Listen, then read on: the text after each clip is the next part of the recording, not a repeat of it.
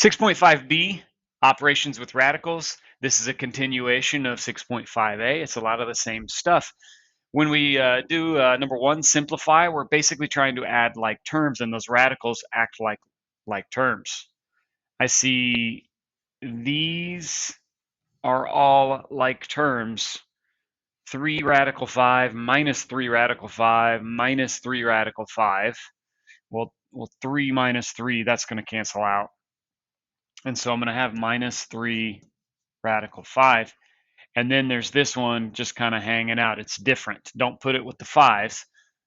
Just let it tag along. Those are not like terms. That's all you can do. That's the answer. Number 3, we've got some fourth roots. And again, you're looking for like terms. And the 6's go together. Keep in mind there's a coefficient. You've got one of those things plus another one of those things is going to equal 2 of those things.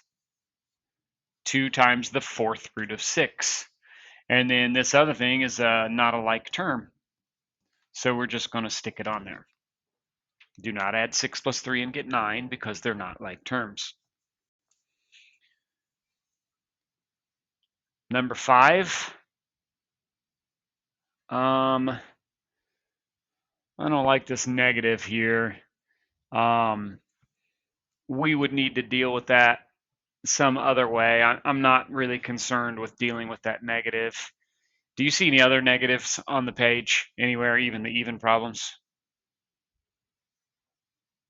I don't either. Okay, so I'm going to treat that as different than this.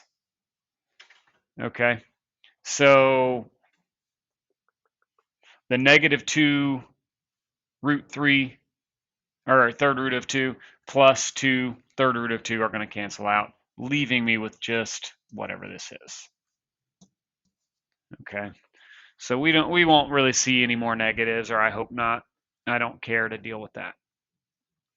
Number 7, you've got some radical 3's. Keep in mind there's a coefficient here of -1, -1. So you've got -1 of those things minus 3 of those things is -4 of those things. Now, number 9 is the first one where you're going to have to do more work. All right, the first one where you're going to have to break something down. You've got the square root of 6, but you've also got the square root of 54. All right, and square root of 54 can be broken down. So there are 2 ways to do it. When you're talking about square roots, one thing you can do is to remember all of the square roots. You should know the square root of 1, square root of 4, square root of 9, square root of 16, square root of 25, square root of 36, square root of 49, square root of 64, square root of 81, square root of 100. You should know all of those perfect squares, but what you're trying to do, the fastest way to do this is to find the biggest one of those numbers that will divide into 54. And so when you're doing a 54, the best way to do it is to recognize that that's 9 times 6. So you could split that into 9 times 6, or square root of 9 times square root of 6. And the reason you would do that is because you know the square root of 9 is 3.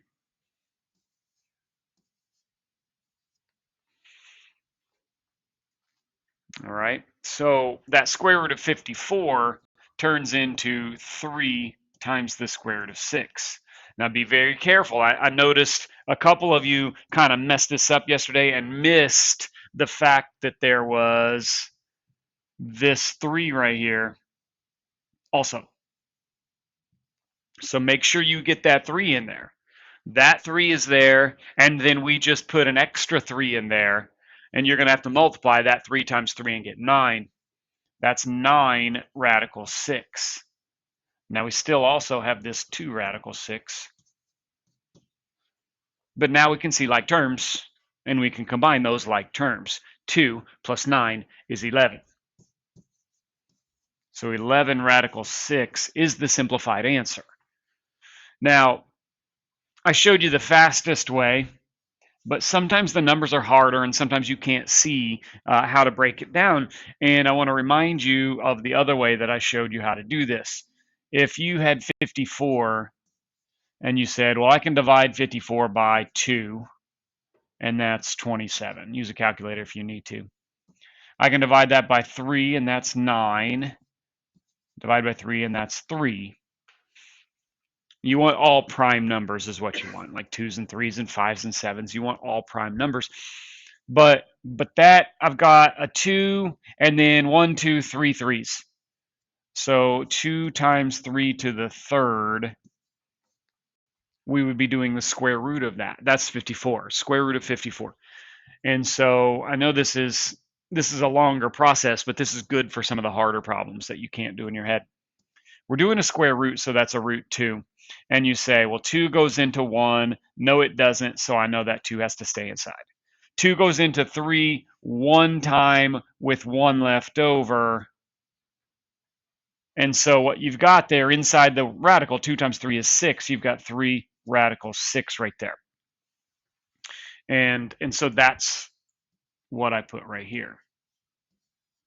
Now, does anybody in this room want to do it that way? Probably not. Okay, it'd be much faster if you recognized that 9 goes into 56. But I'm just showing you that alternate way because sometimes we can't see that number. Sometimes it's hard to see, and sometimes this longer way is actually faster if you can't find that number fast enough. For example, when you get to problem number 11, and we're talking about the 7th root of 256, I don't know that one. I'm not very good at my 7th roots, okay? I suspect it's a 2 since the other one's a 2, but I can't do that in my head, really. I can do square roots. I'm good at that. Most of us are good at square roots, but 7th roots, I don't even expect you to be good at that. But I expect you at least to be able to break it down. So let's look at 256. Okay, I can tell that's divided by 2. That'll divide by 2, but maybe we need a calculator for this one. So if I go 256 divided by 2, that's 128. All right, so 128. Well, that's divisible by 2 as well. So if I divide by 2, I get 64. Okay, I can divide that by 2 and I get 32. I divide by 2, I get 16. I divide by 2, I get 8. I divide by 2, I get 4. I divide by 2, I get 2. Once I've got prime numbers, I'm done, and they're all 2s. So you just count. You got 1, 2, 3, 4, 5, 6, 7, 8 2s. That's 2 to the 8th power. That's 2 to the 8th power right there. Okay? So what we are looking at then is the 7th root of 2 to the 8th power. And so we do it like we do all of the others. 7 goes into 8 one time with 1 left over. Okay? One time with 1 left over. So a 2 comes out and a 2 stays in. But again, don't forget, we haven't done anything with this 2 yet. This 2 right here is in the front. So don't forget that. You've got to have that. So that's going to be 2 times the other 2 is 4. So I've got 4 times the 7th root of 2. Now I've also got this thing plus 2 times the 7th root of 2. But at this point, it's easy because it's just like terms. You got 4 of those things plus 2 of those things equals 6 of those things, and that's your answer. 6 of those things. 6 times the 7th root of 2.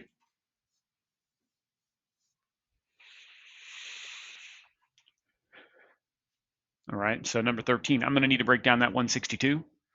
I'm guessing it's going to turn into a 6 because of the other term, but I don't really know at this point. I'm not very good at my third roots. Okay, I'm not very good at third roots, but whatever. Let's just do that process. 162. I know I can divide by 2. 162 divided by 2 is 81. Okay, 81.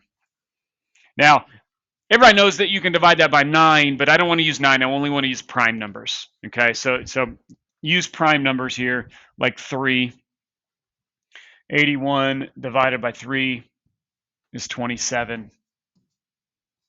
Okay, so divide by 3, you get 9. Divide by 3, you get 3. All right, the goal is to only have prime numbers. I want prime numbers. So what I've got a 2 and then 1, 2, 3, 4 3s. So that's 2 times 3 to the 4th right there. I'm looking at the cubed root of 2 times 3 to the 4th. Cubed root of 2 times 3 to the 4th. So remember, that's an exponent 1. We do 3 goes into 1. No, it doesn't. So that's how I know it has to stay. There's going to be a 2 inside. 3 goes into this 4 one time, so a 3 comes out, but 1 is left inside there. Okay. Inside there, you still have 2 times 3. That's 6. Perfect. That's what I wanted, right? I wanted it to be a 6. I've got 3 times the third root of 6 right there. But again, don't forget about this 3 right here. We haven't done anything with that 3 yet. That 3 is in the front right there. That's 3 times 3 is 9 times the third root of 6. Okay. Notice there's a minus, so make sure it's minus, and don't forget to bring down this front part. You've got 2 times the third root of 6 minus 9 times the third root of 6. And again, at this point, it's just like terms.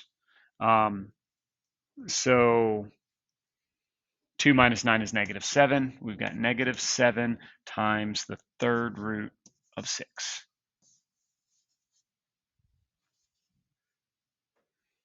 All right, last one. Got to do the 96. I'm hoping it turns into a 3. I'm guessing that's what's going to happen, but we'll just see.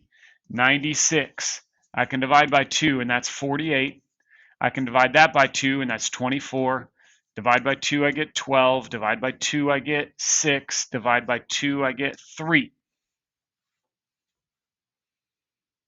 So you want your prime factorization. I've got 1, 2, 3, 4, 5 2s